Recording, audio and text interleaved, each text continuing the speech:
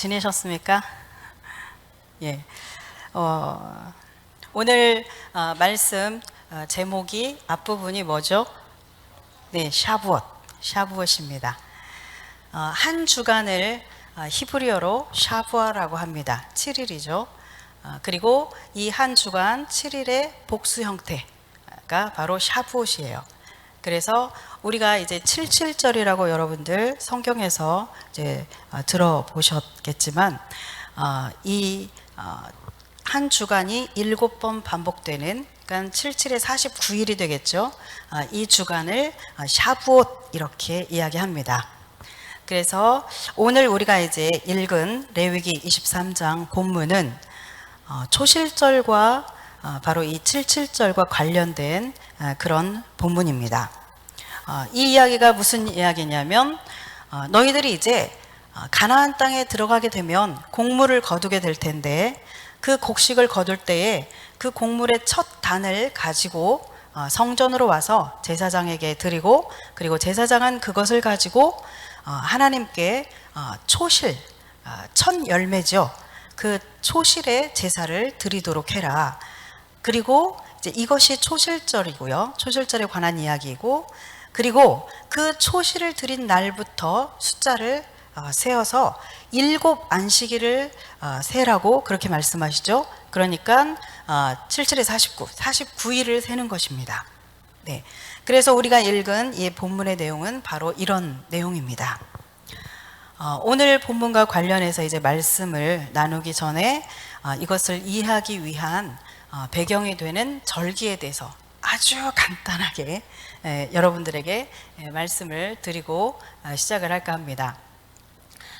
성경에서 절기는 7절기가 있습니다. 7대 절기로 이야기를 하고 있는데 바로 봄 절기 4개와 그리고 가을 절기 3개 이렇게 이루어져 있죠. 봄 절기는 유월절, 무교절, 초실절, 오순절 이렇게 4개이고, 그 다음에 가을 절기는 나팔절, 대속죄일, 초막절 이렇게 3개죠.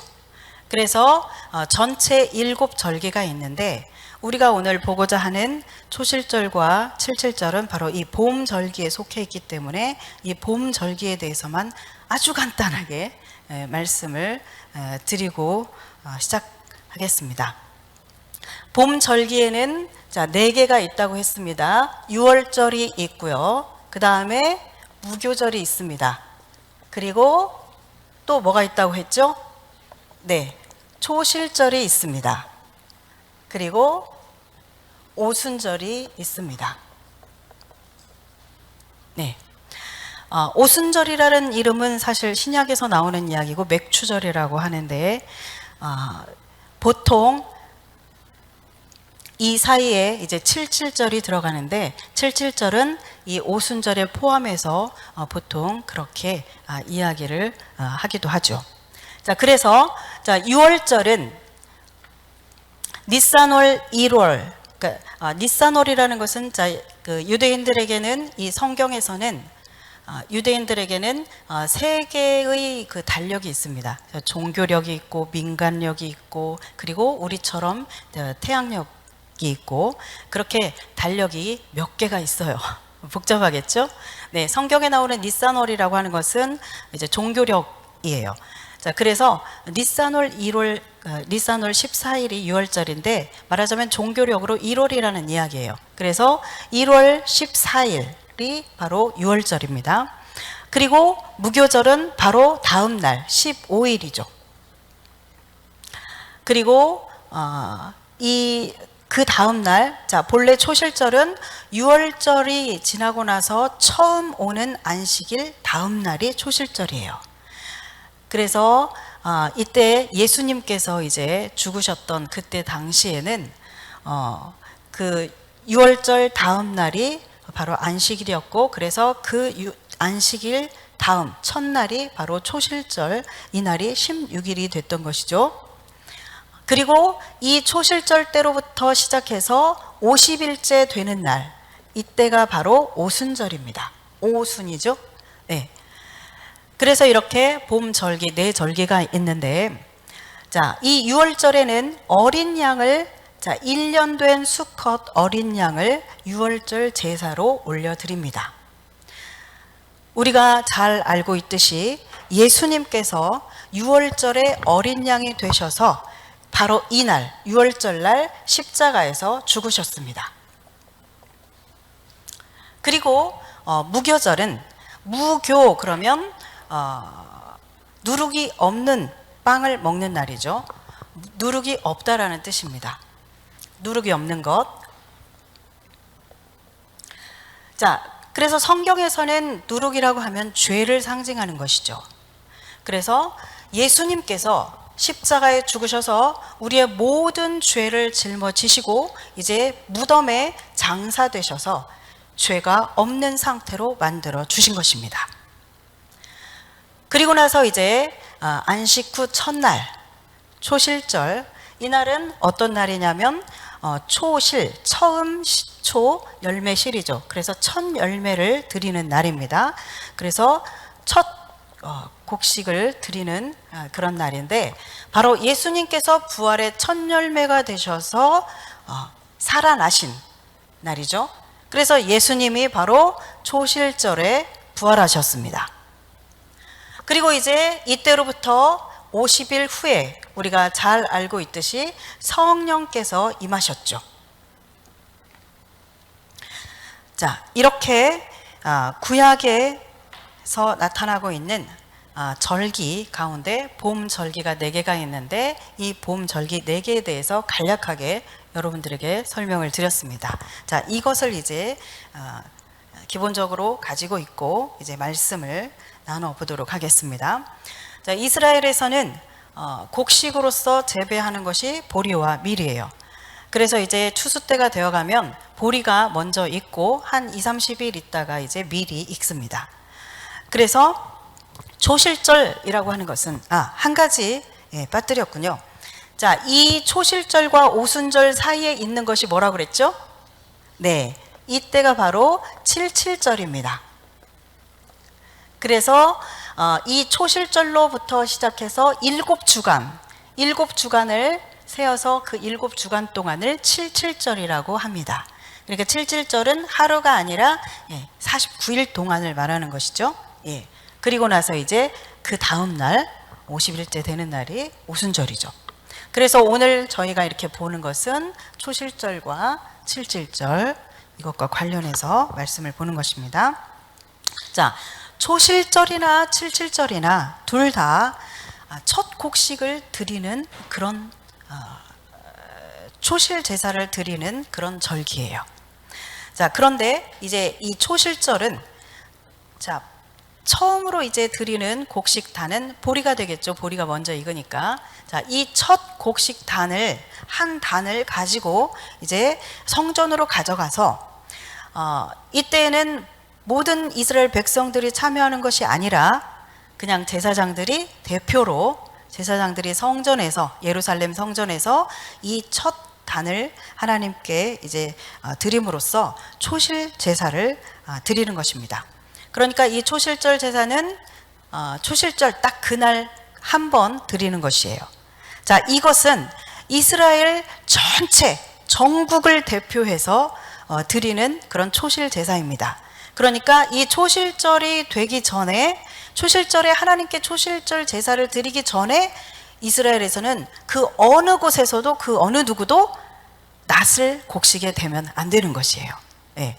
그리고 이제 이 초실절 제사가 성전에서 딱 드려지면 이제 그때 와 이제 그 다음부터 우리도 이제 추수할 수 있다. 네, 추수가 시작되는 그런 시점이 되는 것이죠. 거기에 비해서 이 칠칠절은 이 첫 열매를 드리는 똑같이 첫 열매를 드리는 것인데 이것은 개인적으로 드리는 것이에요. 자, 사람들이 이제 밀과 보리를 이렇게 뿌립니다. 그런데 각각 뿌리는 시기도 차이가 있고 그리고 이것이 익어가는 어떤 토양이라든가 어떤 환경적인 요인 때문에 익어가는 그런 시기들이 다를 수 있기 때문에 각각 조금 다르게 추수를 하겠죠. 네. 그래서 이 49일 동안에 모두 추수를 마치게 됩니다. 그래서 이 49일 동안에 개개인이 자신이 이렇게 추수를 하면 이 추수의 곡식 첫 열매, 첫 곡식 단을 가지고 예루살렘 성전에 가서 그렇게 제사장에게 드리면 제사장들이 이것을 가지고 이제 껍질을 벗기고 고운 가루로 만들고 이렇게 해서 소재로 해서 초실절 제사를 드리는 것이죠. 그래서 이 77절과 초실절의 차이는, 초실절은 대표성을 갖는다는 것이에요. 그리고 77절은 개인적인 초실 제사라는 것이죠. 자, 성경에서 첫 것이라는 것은 모든 나머지의 것을 대표하는 그런, 전체를 대표하는 그런 의미를 가지고 있습니다. 부분으로 전체를 대표하는 것이죠. 히브리적인 개념에서 어떤 한 부분으로 전체를 대표하는 이 첫 것의 의미는 굉장히 중요한 그런 개념이에요. 자, 그러므로 이 초실절의 첫 곡식을 이렇게 추수해서 드린다, 이 말은 이후에 계속해서 추수가 일어날 것을 그렇게 보장하는 것이고, 그리고 앞으로 이제 49일 동안 계속 추수가 일어날 것이다 라는 것을 암시하는 그런 의미를 가지고 있습니다. 자, 사도 바울은 바리새인 중에 바리새인이고, 그리고 가말리엘 문화생으로서 아주 토라에 능통한 사람이었습니다. 우리말로 치면 성경에 아주 능통한 사람이었죠. 그래서 이것을 아주 잘 알고 있었어요, 이 절기에 관한 것을.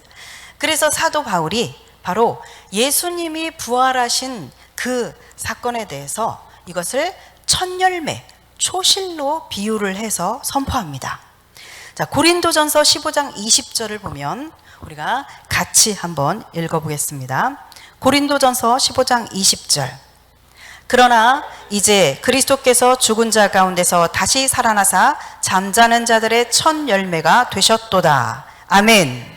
네, 바울이 지금 이 절기와 관련해서 예수님의 그 부활하심을 연결해서 생각하고 있는 것이에요. 이 잠자는 자들의 첫 열매가 되셨도다 라고 이렇게 바울이 말할 때는, 바로 바울은 이 초실절의 첫 곡식으로서 하나님 앞에 드려진 그 예수 그리스도를 생각하면서 선포한 것입니다. 자, 그래서 이 말은 예수님께서 죽은 자들 가운데서 부활하신 첫 번째 분이다. 죽은 사람들 가운데서 부활한 첫 사례다, 이런 이야기예요. 그리고 이 말은 죽은 자들 가운데서 예수님이 살아나신 것과 같이 그 이후에 이제 주 안에 있는 모든 자들이 주님과 같이 그렇게 부활할 것이다 라고 하는 것을 내포하고 있는 그런 말씀입니다. 자, 우리가 이 고린도전서 15장은 우리가 알고 있듯이 부활장이라고 말하고 있죠. 부활장입니다. 그래서 바울이 여기에서 말하고자 하는 것은 바로 예수님이 부활하셨다, 그 사실을 물론 말하고 있지만 그 사실보다도 더 어디에다 중점을 두고 있느냐, 그 예수님이 부활하신 것과 같이 너희들도 부활하게 된다, 우리도 부활하게 된다, 그 말을 하고 싶었던 것입니다. 자, 그런데 여러분 혹시 이런 생각 해보셨습니까? 저는 항상 이 부활의 첫 열매가 되셨다라는 이 말씀을 이렇게 읽을 때마다 항상 한쪽이 조금 찜찜했어요. 이상하다. 나사로도 살아났었는데, 예수님이 부활하시기 전에 나사로도 살아났었는데, 그리고 나인성의 과부의 아들도 살아났고, 저기 구약으로 가자면 그 구약의 그 과부의 사르밧 과부의 아들도 살아났고, 그들도 살아났는데, 그들이 예수님보다 먼저 살아났는데, 근데 왜 예수님을 부활의 첫 열매라고 할까? 그러면서 이 부분이 조금 찜찜했어요, 항상. 네, 그런 부분들이 이제 해소가 됐습니다. 네, 이 사람들이 다시 살아난 것과 예수님이 다시 살아난 것의 차이는 뭘까? 네, 성경에서 말하는 이 부활의 의미를 알기 위해서는 우리가 그 에덴 동산에서 있었던 처음 그 죽음의 그 개념을 이해하는 것이 필요합니다. 하나님이 창조하신 에덴은 죽음이 없는 곳이었어요. 그죠? 그리고 영원한 생명이 있는 곳이었습니다. 그리고 하나님은 그분과의 그 관계 안에서 우리가 아주 풍성하고 그리고 행복하고 자유로운 그리고 영원한 삶을 살 수 있도록 그렇게 우리를 창조하셨죠. 자, 그러나 하나님과 우리의 사람의 그 관계, 이 존재론적인 이 관계, 즉 창조주와 피조물이라고 하는 이 관계, 존재론적으로 다릅니다. 그렇죠? 그 하나님과 사람이라고 하는 그 존재론적인 그 관계를 우리가 계속 인식하고 그리고 그것을 지킬 수 있도록 하기 위해서 하나님께서 한 가지를 두셨는데 그것이 바로 선악을 알게 하는 나무의 실과였습니다. 자, 그런데 그것을 따 먹음으로써 이제 사람은 하나님과의 그 관계가 깨졌어요. 사람이 먼저 하나님과의 그 관계를 깨뜨려 버렸습니다. 창조주와 피조물이라고 하는 하나님과 사람의 그 관계의 질서를 깨뜨려 버리고 뭔가 하나님께 도전하는 그러한 일을 짓게 하게 된 것이죠. 이것이 바로 죄의 본질입니다. 죄의 본질은 하나님으로부터 우리가 독립하려고 하는 것이죠.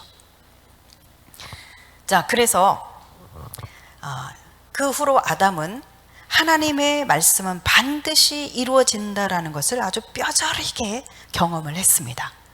실제적으로 이 아담은 에덴으로부터 이제 쫓겨나게 되었고 또 그 말로만 듣던 그 죽음을 진짜 경험을 하게 된 것이죠.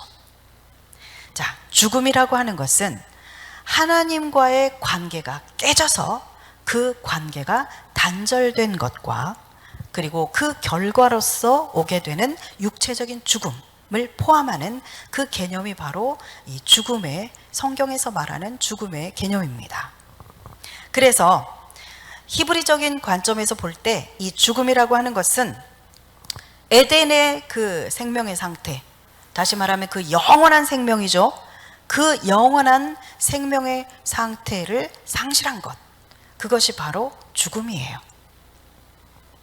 자, 따라서 우리가 이 성경에서 부활이라고 할 때 이 부활이라고 하는 것은 궁극적으로 죽음과는 더 이상 관계가 없다라는 그런 개념을 포함하고 있습니다.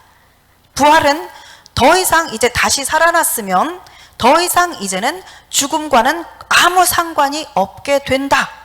그리고 영원히 그 생명의 상태로 있게 된다. 라고 하는 의미를 가지고 있는 것이 바로 성경에서 말하는 부활이 가지고 있는 개념인 것이죠. 자, 그러면 나사로의 다시 살아난 것과 예수님이 다시 살아나신 것이 차이가 있나요, 없나요? 차이가 있죠. 네. 그래서 나사로는 부활의 첫 열매가 될 수 없었던 것입니다. 예수님은 부활의 첫 열매이십니다. 왜요? 예수님은 다시 살아나셔서 지금까지 이제도 있고 라고 말씀하고 있죠. 지금까지 살아계시는 분이 바로 예수님이십니다. 네, 예수님은 다시 살아나셔서 죽지 않고 지금도 살아계시고 앞으로도 영원토록 계실 하나님이십니다. 그래서 예수님은 바로 죽음과는 더 이상 관계없는 그 영원한 생명의 상태로 완전하게 회복이 되셔서 그렇게 부활의 첫 열매가 되신 것이죠. 자, 앞에서 말씀드린 것처럼 예수님은 우리의 부활의 첫 열매가 되셨습니다. 그것의 목적은 바로 이 첫 곡식을 초실 제사를 드림으로써 그 이후의 모든 개개인들이 바로 첫 곡식을 드려서 하나님 앞에 드림과 같이 예수님이 그렇게 부활하신 것과 같이 예수님과 같이 우리도 모든 주 안에 있는 모든 주의 백성들은 부활하게 된다라는 것을 선포하는 것입니다. 할렐루야. 네, 바울은 바로 고린도전서 15장에서 그 말을 하고 싶었던 것이에요. 우리도 부활한다. 네, 고린도전서 15장 17절을 한번 같이 읽겠습니다. 그리스도께서 다시 살아나신 일이 없으면 너희의 믿음도 헛되고 너희가 여전히 죄 가운데 있을 것이요. 아멘. 예. 십자가의 복음만으로는 구원이 완성된 것이 아닙니다. 만약에 이렇게 예수님께서 십자가에서 죽으시고 나서 지금 바울이 말하고 있는 것처럼 다시 살아나지 않으셨다면 우리가 믿는 이 믿음은 헛것이라는 거예요. 쓸데없는 것이라는 거예요. 아무 의미가 없다는 것이에요. 그리고 우리가 여전히 죄 가운데 있을 것이라고 말합니다. 왜요? 만약에 예수님께서 부활하지 않으셨다면 예수님의 죽음은 그냥 한 사람의 죽음일 뿐인 것이죠. 그냥 우리와 똑같은 사람으로서 그냥 한 사람이 죽은 것일 뿐이에요. 그러나 그 죽으신 예수님이 다시 살아나셨다라는 것은, 그래서 영원토록 계신다라고 하는 것은 바로 예수님이 하나님이시다라는 것을 증명해내신 것이에요. 아멘? 그렇습니다. 그래서 예수님이 부활하신 것은 바로 예수님은 사람이 아니라 하나님이시구나 라는 것을 우리로 하여금 알게 하신, 예수님의 하나님 되심을 선포하신 사건입니다. 그래서 예수님이 바로 이렇게 살아나셨기 때문에 우리의 믿음도 의미가 있는 것이고 유효한 것이고, 우리가 의롭게 되었다라고 하는 이것 또한 유효한 것이 된 것입니다. 아멘. 네, 그렇습니다. 첫 번째 포인트, 예수님께서 부활의 첫 열매가 되셨습니다. 그리고 그래서 우리 또한 모든 주 안에서 죽은 자들은 예수님과 같이 부활하게 될 것입니다. 네, 아멘. 네, 이제 그 다음 이야기를 한번 해보겠습니다. 지난주에 우리가 단톡에 뮤지컬 지저스를 보라고 올렸는데 혹시 보셨나요? 네, 보셨어요? 안 보신 분들은 크게 후회가 있을 것입니다. 네, 저도 이제 수근이가 이 단톡에 저희 가족톡이 있는데 거기에다가 이걸 올렸어요. 미국 시간으로 부활절까지 무료로 볼 수 있습니다. 꼭 보세요. 이 무대가 어마어마하대요. 막 이러면서. 네. 그래서 그리고 났더니 이제 거기다가 한별이가 이렇게 댓글을 달았어요. 거기에 가서 직접 이걸 봤대요. 근데 정말 너무너무 좋대요. 꼭 보시래요. 그래서 주일날, 지난 주일에 이제 다 마치고 집에 가서 저녁에 이걸 봤습니다. 보고서 안 봤으면 정말 후회할 뻔했다. 잘 봤다. 이런 생각이 들었어요. 자, 이 뮤지컬이 공연된 곳은 마차들이 왔다 갔다, 말들이 왔다 갔다 하는 아주 시골 마을에서 상영된 것입니다. 그런데 이곳은 바로 그렇게 아주 시골이지만 해마다 80만 명이 찾아오는 굉장히 유명한 곳이에요. 근데 아미시 마을이라고 여러분 들어보셨죠? 네. 아미시, 이 사람들은 신앙을 지키기 위해서 이곳으로 이주해 와서 미국의 한 서너 군데 이렇게 아미시 공동체가 살고 있는 곳이 있어요. 그래서 이 사람들은 현대 문물을 거부하면서 살죠. 전기를 쓰지 않습니다. 우리처럼 자동차 타지 않고 마차 타고 다닙니다. 네. 그렇게 그 전통 복장을 하고 이렇게 살아가는 사람들이 그 신앙의 어떤 그 순수성을 지키기 위해서 그렇게 살아가고 있는 사람들이 바로 이 아미시들이에요. 그래서 이제 이 펜실베니아 주에 있는 랭커스터에 있는 그 극장에서 이것을 상연했는데, 공연을 했는데 제가 보면서 정말 계속해서 막 감탄을 했어요. 제가 뭘 이렇게 보면서 그렇게 계속 감탄을 한 적이 없었던 것 같은데, 이야, 대단하다. 야, 정말 기가 막히다. 아니, 무대를 어떻게 저렇게 할 수 있지? 어떻게 저렇게 할 수 있지? 야, 저 어떻게 저렇게 하지? 막 이러면서 계속 보면서 그 무대의 규모와 이 기획이 정말 대단해요. 대단하다고 밖에는 여러분들에게 설명을 잘 못 드리겠어요. 자, 그런데 거기에서 예수님이 그 부활하신 장면이 나오고, 그 장면도 감격이지만 예수님이 승천하시는 장면이 나와요. 자, 예수님이 딱 이렇게 서 계시고서 이제 제자들에게 쫙 사람들에게 말씀을 남기시고 그 말 그대로 이렇게 쫙 수직 상승을 하는 거예요. 사람이 진짜로 쫙 이렇게 올라가요.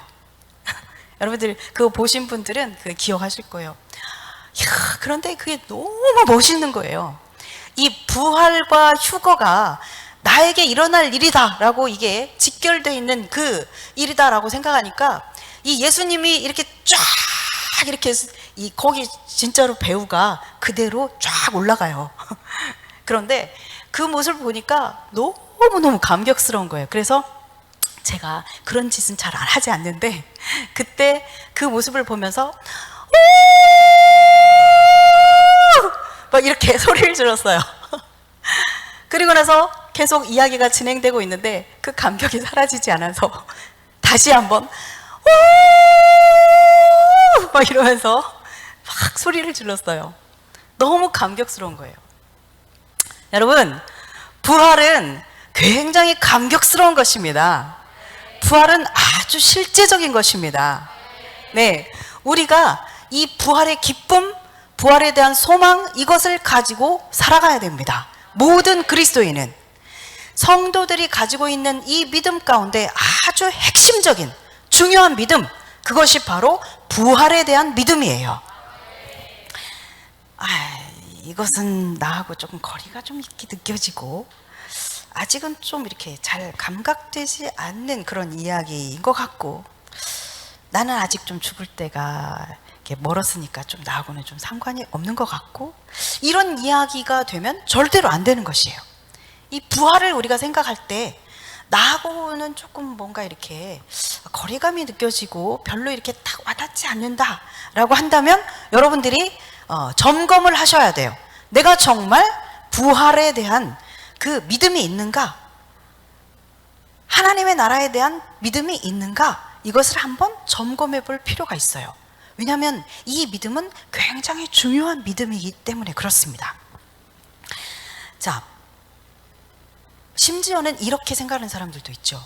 그 부활이라든가 천국, 장차 임할 하나님의 나라죠. 이런 천국에 대한 그런 이야기들을 할 때 조금 세련되지 않은 것 같아. 이제 그렇게 생각하거나 말을 하는 건 아니에요. 내 느낌이에요, 느낌. 응? 사람들이 그렇게 느끼는 경우가 많죠. 이렇게 천국, 부활 이런 얘기하면 조금 이렇게 수준 낮은, 조금 수준 낮은 것 같은 그런 신앙인 것처럼, 조금 이렇게 촌스러운 신앙인 것 같은 그런 느낌을 가지는 사람들이 생각보다 굉장히 많습니다. 근데 이것은 심각한 문제죠. 저는 여러분에게 정말 간절한 마음으로 권면합니다. 우리는 생생한 그 부활의 소망, 그 부활의 신앙을 가져야 됩니다. 제가 살아오면서 이제 몇 차례 그 삶과 죽음을 넘나드는 그런 시간들을 이렇게 가졌는데, 그때 제가 경험한 것이 그야말로 인간에게 있어서, 인간이라고 하는 존재에 있어서 이 부활이라고 하는 이 신앙이, 이 믿음이 얼마나 현실적이고 얼마나 중요한 것인가라는 것을 저는 저의 경험을 통해서 알았습니다. 그야말로 우리가 죽음을 앞에 두고 있을 때, 죽음을 맞닥뜨릴 때 가장 현실적인 것은 돈도 아니고 명예도 아니고 어떠한 좋은 집도 아니고 좋은 차, 물건도 아니고, 죽음에 맞닥뜨렸을 때 가장 현실적인 문제는 부활에 대한 소망이에요. 모든 사람들이 통과해야 될 이 죽음, 이 죽음을 맞닥뜨릴 때 가장 절실한 믿음, 가장 현실적인 필요, 그것은 바로 부활의 소망입니다. 여러분들이 이것을 준비할 수 있어야 돼요. 이 부활에 대한 소망을 우리가 이렇게 살아있을 때, 여러분들이 이렇게 살아있을 때, 건강할 때 이 부활에 대한 소망을 확실하게 우리 안에 새길 수 있어야 돼요. 여러분들 그렇게 되기를 축복합니다. 네, 하나님의 나라를 이야기할 때 두 가지로 이야기할 수 있어요. 하나님의 나라 그러면 여러 가지 다양한 표현을 할 수 있겠죠. 그러나 통틀어서 딱 두 가지로 대표적으로 그 개념을 요약할 수 있습니다. 첫 번째는 하나님의 통치의 개념으로서의 하나님 나라. 그리고 두 번째는 어떤 것일까요? 장차 임할 하나님의 나라. 그래서 하나님의 나라를 크게 두 가지로 요약해서 이야기를 한다면 바로 이 땅에 우리가 살아가는 동안 하나님의 통치를 받는 것과 그리고 장차 우리에게 임할 그 실제적인 하나님의 나라, 이 두 가지의 개념을 이야기할 수 있습니다. 하나님의 나라, Kingdom of God. 하나님의 나라는 왕국입니다. Kingdom, 왕국이에요. 하나님의 왕이시죠. 그래서 그리스도인이 된다라는 것은 무슨 말이냐면 내 삶에서 왕이 바뀌었어요, 그런 뜻입니다. 이제 나의 왕은 하나님이십니다. 그런 뜻이 바로 내가 그리스도인이 되었다라는 뜻이에요. 그리스도, 주님이 나의 주인이시라는 것이죠. 그래서 내가 그리스도인으로서 살아간다라는 것은 바로 그 왕국에서, 하나님 나라 그 왕국에서 그 하나님의 왕권, 킹십 아래로 내가 들어간다라는 것을 의미하는 것입니다. 나에게 오늘 하나님의 나라가 임했다라는 것은 내가 하나님의 그 킹십 아래에 들어가서 내가 하나님의 통치 아래 순종한다라는 그런 뜻입니다. 그래서 이 하나님의 나라의 이 통치, 하나님의 통치는 내가 하나님의 말씀에 순종할 때 이루어지는 것이고, 그리고 또 어떤 어둠의 영들의 그 묶임, 원수들의 그 묶임 가운데 있는 것으로부터 자유케 되어져서 해방되어지는 그러한 일이 일어날 때 바로 하나님의 통치가 임하게 되는 것이죠. 그렇습니다. 나의 주장이나 감정이나 그리고 이해관계, 이러한 것들을 다 내려놓고 주님이 원하시는 것을 선택할 수 있을 때, 그때 바로 여러분들에게 하나님의 나라가 임하는 것이에요. 하나님의 통치를 받는 것이죠. 그리고 어두움의 영에 그 눌려있는 그것이 원인인 그런 질병이라든가 정신적인 고통이라든가 중독, 이런 것으로부터 해방되고 자유케 되어지는 이러한 일들이 일어날 때 바로 하나님의 나라가 임한 것이에요. 하나님의 통치가 그들의 삶 가운데서, 우리의 삶 가운데서 일어난 것이죠. 또한 믿는 자들에게 약속된 하나님의 나라, 그것이 있으니 곧 장차 임할 하나님의 나라입니다.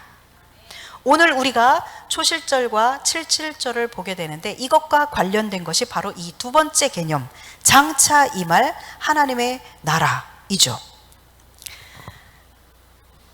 그래서 이 하나님의 나라는 우리가 에덴에서의 그 생명, 잃어버렸던 그 영원한 생명을 다시 완전하게 회복해서 영원히 살게 되는 것, 그것을 말하는 것입니다.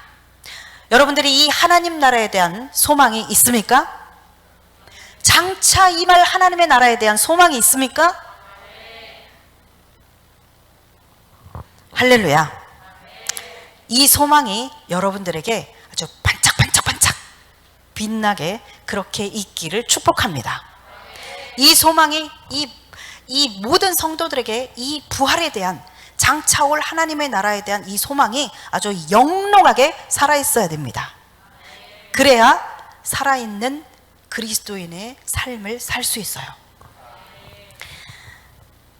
이 소망이, 이 부활의 소망이 그렇게도 중요한 것은 하나님의 그 통치의 개념과 동일하게 그토록 중요한 것은 바로 이 소망이 우리로 하여금 계속해서 하나님의 그 킹십 아래에 순종할 수 있도록 만들기 때문에 그렇습니다. 이 두 가지의 개념은, 사람들은 사실 이 두 가지의 개념을 분리해서 생각합니다. 대부분의 많은 사람들이 그렇게 생각하죠. 하나님의 통치를 받는 것과 장차 임할 하나님의 나라를 분리해서 생각합니다. 그래서 좀 전에 말씀드렸던 것처럼 뭔가 이렇게 장차 임할 하나님의 나라, 천국이라고 하는 것을 이야기할 때는 뭔가 이렇게 좀 거리감이 느껴지고, 아직은 나하고는 좀 먼 것 같이 느껴지고, 그리고 우리의 안에서 현실적인 믿음으로 자리하지 못하는 그런 경향성을 갖게 되는 것이죠. 그러나 이 두 가지는 분리되지 않습니다. 이것은 아주 긴밀하게 동일하게 중요함을 가지고 함께 가는 것이죠. 우리가 앞에서 동영상을 봤습니다. 이상 목사님의 간증이죠.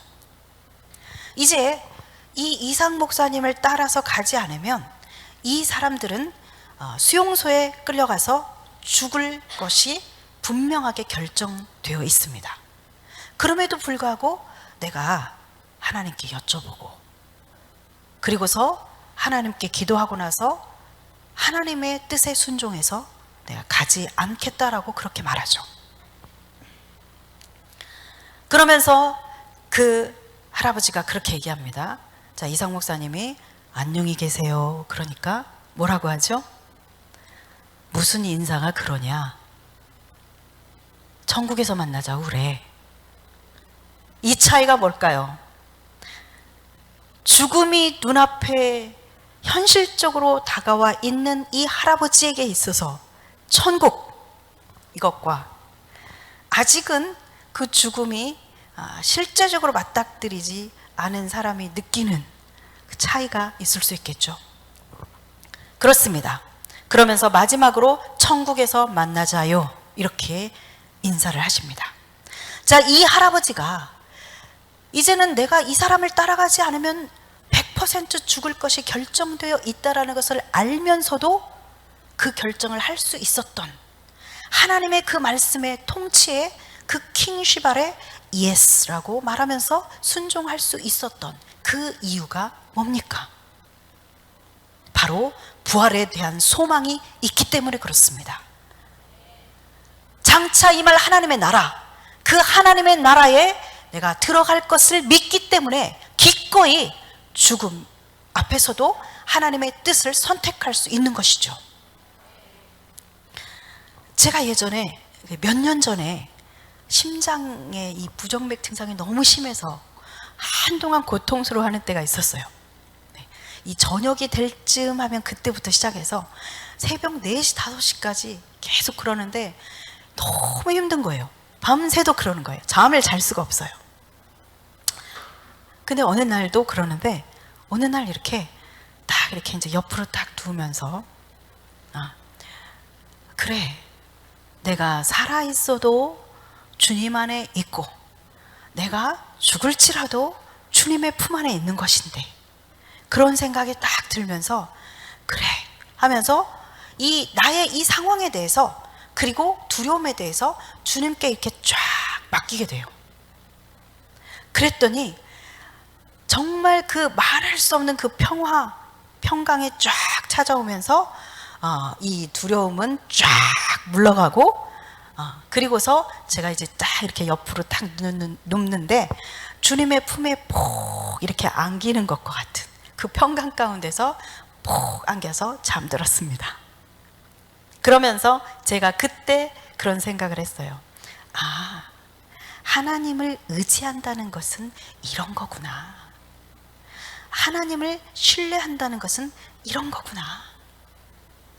그냥 전적으로 나의 상황과 이 모든 어려움과 이것을 그냥 주님께 이렇게 다 맡기고 이렇게 주님께 안기는 거. 그것을 그때 제가 아주 절실하게 뼈저리게 이렇게 경험을 하고 느꼈어요. 그렇습니다. 우리는 죽어도 삽니다. 할렐루야. 우리는 죽어도 삽니다. 주님 오실 때까지 우리가 살아있으면 우리가 이 자리에서 그대로 들려 올림을 받아서 주님을 보게 될 것입니다. 할렐루야. 우리에게 부활과 영생에 대한 이 소망이 충만하기를 원합니다. 우리에게 그 영원한 하나님의 나라에 대한 그 소망이 충만하고 그리고 영롱하게 빛나기를 예수 그리스도의 이름으로 축복합니다. 네, 두 번째 포인트 말씀드렸습니다. 우리에게는 부활에 대한 소망, 이것이 영롱하게 살아있어야 된다.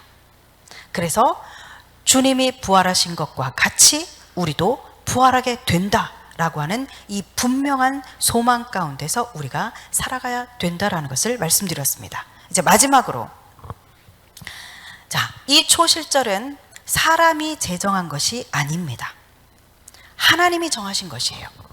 자, 모든 인간 세계에 있는 이 기념일이라고 하는 것은 어떤 사건이 있고 나서 그 사건을 기념하기 위해서 제정한 것이죠. 3.1절, 1919년 3월 1일에 있었던 독립운동을 기념하기 위해서 3.1절을 우리가 지킵니다. 그리고 광복절, 그러면 1945년 8월 15일 우리가 독립한 날, 그날을 기념하기 위해서 광복절을 정해놓고 우리가 기념하게 되죠. 그러나 이 절기는 사람이 어떤 사건을 가지고 정해놓은 것이 아니라, 혹은 어떤 사건이 있었기 때문에 하나님이 이것을 기념하라고 그렇게 하신 것이 아니라, 이 사건들이 있기 전에 이미 하나님이 이렇게 절기를 만들어 놓으셨어요. 그래서 이 절기에 따라서 모든 것들이 움직이도록 하셨어요. 절기를 미리 만들어 놓으시고 역사를 쫙 이끌어 가시고 구속의 역사를 이끌어 가신 것입니다. 그래서 하나님께서는 이렇게 절기를 미리 제정을 해 놓으시고 예수 그리스도를 이 절기의 때에 맞게, 그 정해진 때에 맞게 보내셔서 이 날 6월절에 죽게 하시고, 무교절에 무덤 속에 있게 하시고, 그리고 초실절에 부활하게 하시고, 그리고 오순절에 예수 그리스도께서 내가 너희를 고아와 같이 버려두지 아니하리라 라고 말씀하신 것처럼 이제 성령님과 바통 터치를 하시고 성령님이 오신 것이죠. 이 일은 하나님께서 이미 오래전부터 계획해 놓으셔서 절기를 딱 주신 것입니다. 그래서 예수님이 이렇게 정확하게 절기에 맞게 완전히 일치된 그런 구속의 역사를 이루신 것이죠. 자, 이 초실절 이야기만 봐도 그렇습니다. 6월절 전날 밭에 가서 이 첫 곡식 단을 이렇게 묶어놔요. 그리고 나서 그날 바로 가져오지 않고 이제 6월절 날 만찬을 마치고 나서 깜깜한 새벽에 가서 그 곡식을 베어 가지고 옵니다. 그래서 이것을 성전에 갖다 놓고 이걸 가볍게 이제 탁탁탁 털어서 알곡들을 딱 모아 놓습니다. 그리고 바로 제사를 드리는 것이 아니라 그냥 놔둬요. 그 다음날 안식일을 지나서 안식 후 첫날, 안식일이 지난 그 다음날 새벽에 이 초실절 제사를 드리도록 하나님이 그렇게 정해놓으셨어요. 신기하지 않으세요? 기가 막히지 않으세요? 하나님이 하시는 일. 자, 예수님이 언제 부활하셨습니까? 안식 후 첫날 새벽에. 그렇죠? 네, 이 절기를 이렇게, 자, 초실절 이 첫 곡식을 드리는 것도 아무 때나 드리게 하신 것이 아니라 미리 이렇게 준비를 해놓고 전날 준비하고 그 전날 준비하고 해서 해놓고 안식일이 지나고 나서 안식 후 첫날 새벽에 첫 곡식을 드리도록 그렇게 명령하셨어요. 자, 한번 말씀을 봅시다. 자, 예수님이 부활하신 그 날의 말씀들을 보니까, 네, 저 노란색 부분을 한번 읽어보세요. 사복음서에 공통적으로 나와 있는 부분입니다. 바로 예수님이 부활하신 그날 새벽에 예수님의 무덤으로 막 찾아가는 그때가 언제인지 한번 보십시오. 안식 후 첫날이 되려는 새벽에. 노란색 한번 읽어볼까요? 안식 후 첫날, 안식 후 첫날 새벽에, 안식 후 첫날 일찍이 아직 어두울 때에. 할렐루야. 그렇습니다. 바로 이렇게 예수님이 초실절의 그 초실절 그 제물과 같이 그렇게 예수님이 안식 후 첫날 새벽에 부활하심으로써 부활의 첫 열매가 되셨습니다. 이렇게 하나님께서는 이 모든 일들을 미리 오래전부터 계획해 놓으신 거예요. 그런데 더 놀라운 것은 그 오래전이 언제냐? 바로 세상을 창조하실 때부터 이 절기를 하나님께서 창조하셨어요. 제정하셨어요. 우리가 창세기 1장 14절 한번 보겠습니다. 읽습니다. 하나님이 이르시되 하늘의 궁창에 광명체들이 있어 낮과 밤을 나뉘게 하고 그것들로 징조와 계절과 날과 해를 이루게 하라. 아멘. 네, 여기 나와 있는 계절이라고 하는 이 단어가 바로 모에드라고 하는 이 단어인데, 이 단어는 절기라는 이 단어하고 같은 단어입니다. 이 창세기 1장 14절에 있는 이 계절이라고 하는 단어가 절기, 유월절, 무교절, 초실절, 이 절기라고 하는 단어와 같은 단어예요. 자, 그래서 하나님께서는 바로 세상을 창조하실 때 바로 이 절기를 제정하신 거예요. 처음부터 이 절기를 만드신 것입니다. 이 절기, 모에드라고 하는 것은 정해진 때라는 뜻을 가지고 있어요. 물론 정해진 모임, 정해진 장소, 그런 뜻을 가지고 있습니다. 너희가 정해진 장소에 모여서 정해진 때에 나의 절기를 지켜라, 그런 의미죠. appointed time, 정해 놓으신 때예요. 아무 때가 아니라. 그래서 하나님은 어떤 이 절기를 통해서 어떤 사건들이 일어날 것을 미리 계획하시고 딱딱딱 때를 정해 놓으신 거예요. 그리고 이 때를 정해 놓으신 것에 딱딱 맞춰서 예수님께서 오셔서 이 일들을 행하신 것입니다. 할렐루야. 네, 그렇습니다. 바로 이 일들은 하나님이 세상을 창조하실 때부터 계획해 놓으시고 그 일들이 일어난 것이에요. 그래서 이 토라에 능통했던 사도 바울이 바로 예수님 그분을 만나고 나서 그것을 깨닫게 된 것이죠. 이 구약에서, 이 토라에서 말하고 있는 이 절기들은 바로 우리 주님 예수님을 말씀하고 있는 거구나. 이 예수님이 오실 것에 대해서 예언적으로 선포하신 것이구나 라는 것을 깨닫게 된 거예요. 그래서 이렇게 말합니다. 에베소서 1장 4절에서 5절 같이 읽습니다. 곧 창세 전에 그리스도 안에서 우리를 택하사 우리로 사랑 안에서 그 앞에 거룩하고 흠이 없게 하시려고 그 기쁘신 뜻대로 우리를 예정하사 예수 그리스도로 말미암아 자기의 아들들이 되게 하셨으니. 아멘. 네, 이 예수님의 이 일들을 보니, 그리고 이 절기를 보니 바울이 깨달은 바, 하나님께서 세상을 창조하실 때부터 이미 이 절기를 정해 놓으셔서 이 절기에 맞춰서 예수님께서 오셔서 이렇게 우리를 구원하시기 위해서, 예수 그리스도로 말미암아 우리를 하나님의 자녀들이 되게 하시기 위해서 이렇게 하셨구나.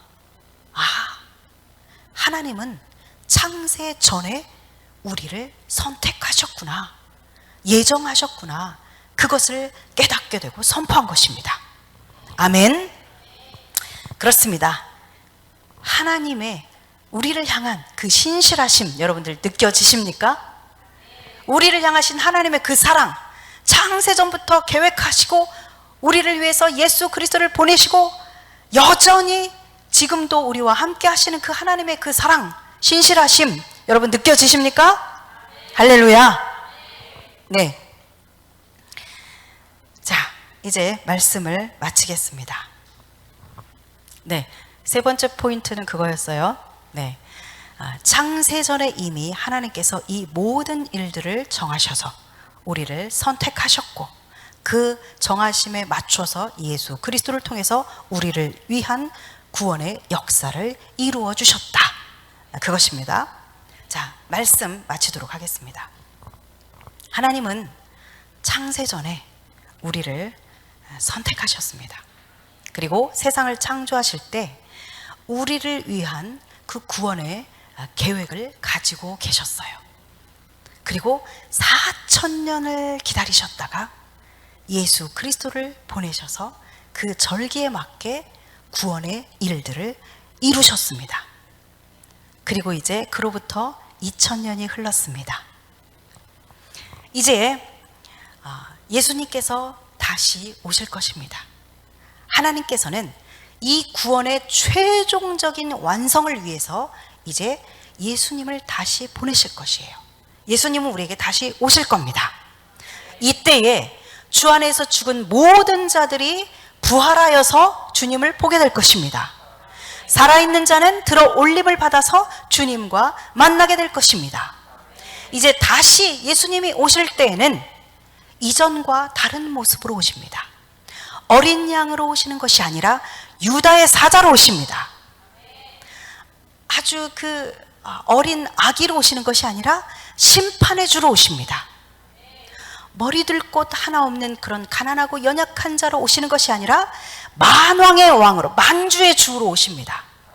십자가에서 못 박히신 그런 예수님으로 오시는 것이 아니라 만왕의 왕으로 통치를 하기 위해서 오십니다. 할렐루야. 여러분, 그 주님을 기대하십니까?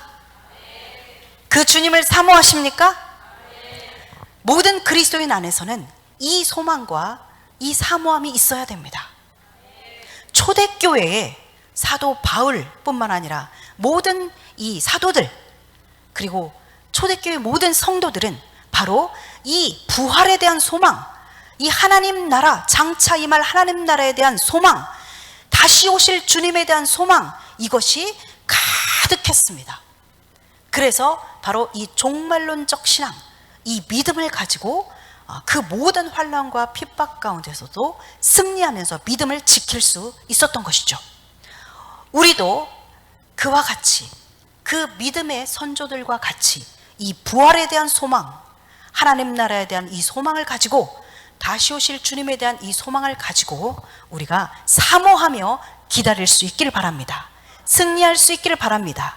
땅의 것을 바라보며 사는 것이 아니라 위의 것을 바라보며 하나님의 나라를 바라보며 그렇게 살아갈 수 있는 복 있는 자들이 될 수 있기를 예수 그리스도의 이름으로 축복합니다.